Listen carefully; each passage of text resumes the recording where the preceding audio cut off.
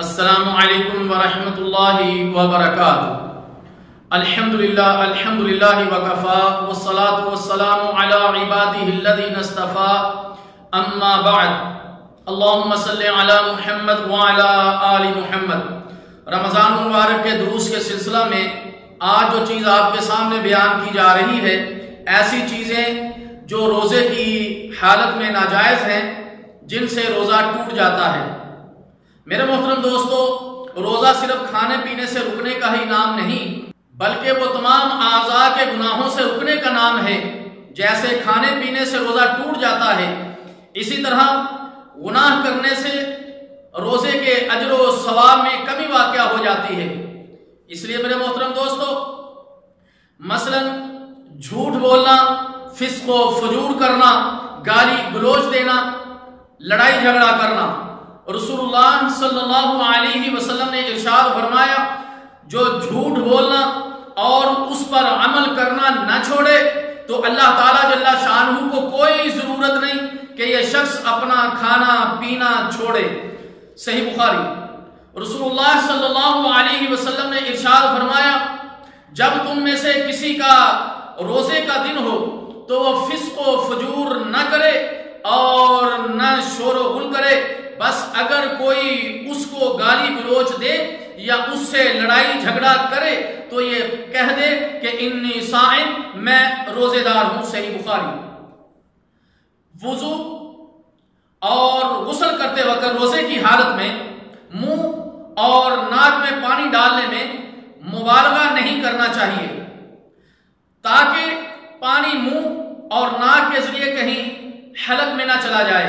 رسول اللہ صلی اللہ علیہ وسلم نے ارشاد فرمایا، وضو پورا کرو، انگلیوں کے درمیان خلال کرو اور ناک میں اچھی طرح پانی ڈالو، لیکن اگر تم روزے سے ہو تو پھر اس طرح نہ کرو۔ سنن نبی داؤد۔ روزے کی حالت میں بےہودہ، فحش اور جہالت کے کام یا ایسی گندی گفتگو کرنا منع ہے۔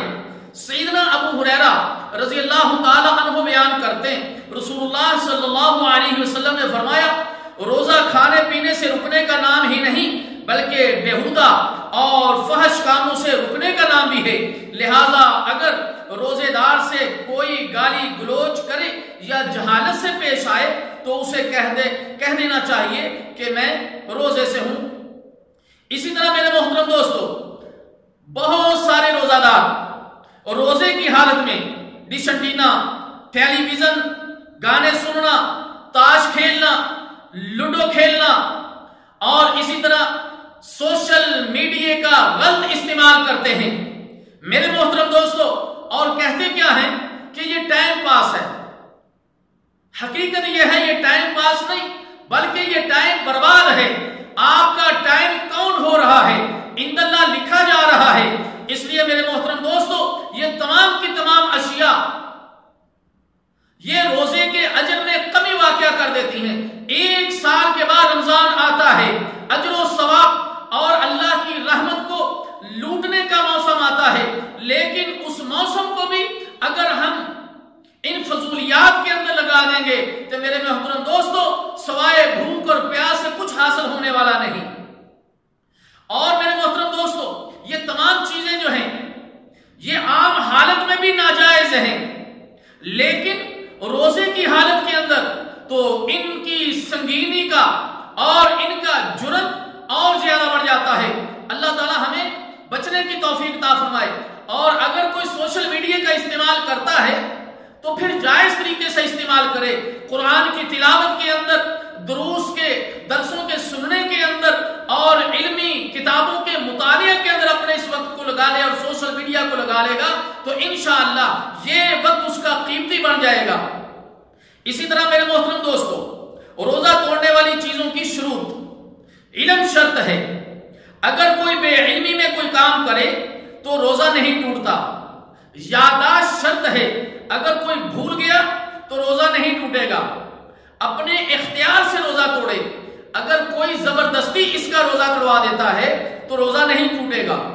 روزہ توڑنے والی چیزیں، قصدن جان بوجھ کر کھانے پینے سے روزہ ٹوٹ جاتا ہے، اور صرف اسی روزے کی اس پر قضا واجب ہوگی رمضان کے بعد۔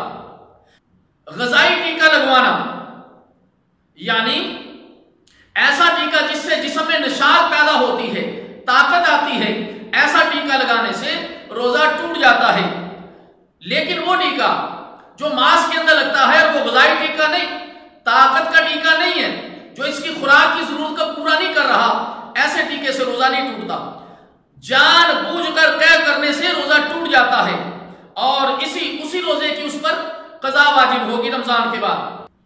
حیض اور نفاس کا آ جانا روزے کو توڑ دیتا ہے اور جتنے روزے اس سبب کی وجہ سے اس کے رہ گئے ہیں وہ رمضان مبارک کے بعد ان کو پورا کرے گی۔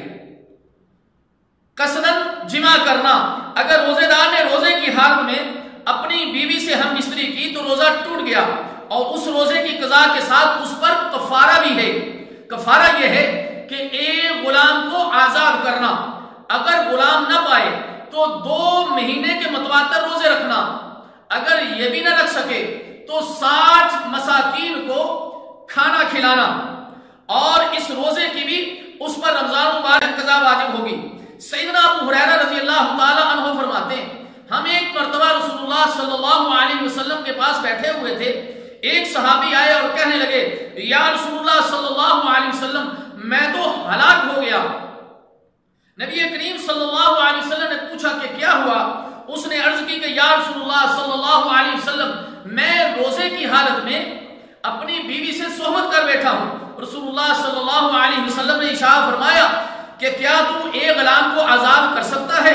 اس نے کہا کہ نہیں۔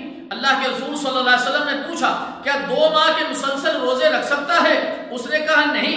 رسول اللہ صلی اللہ علیہ وسلم نے پھر پوچھا کہ 60 مساکین کو کھانا کھلا سکتے ہو؟ تو اس نے عرض کی نہیں یا رسول اللہ صلی اللہ علیہ وسلم میں یہ بھی نہیں کر سکتا۔ تو پیارے نبی صلی اللہ علیہ وسلم نے فرمایا کہ بیٹھ جاؤ۔ رسول اللہ صلی اللہ علیہ وسلم تھوڑی دیر رکے رہے، اسی حالت میں بیٹھے رہے کہ رسول اللہ صلی اللہ علیہ وسلم کی خدمت میں کھجوروں کا ایک ٹوکرا لایا گیا۔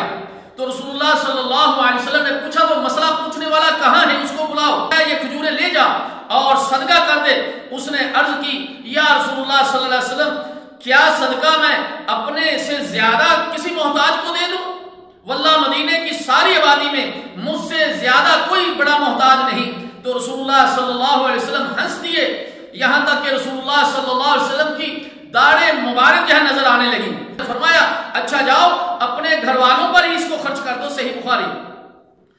اللہ تعالیٰ جل شانہ سے دعا ہے کہ اللہ تعالیٰ ہمیں ان بتلائے ہوئے مسائل کو سمجھنے کی اور عمل کرنے کی توفیق عطا فرمائے۔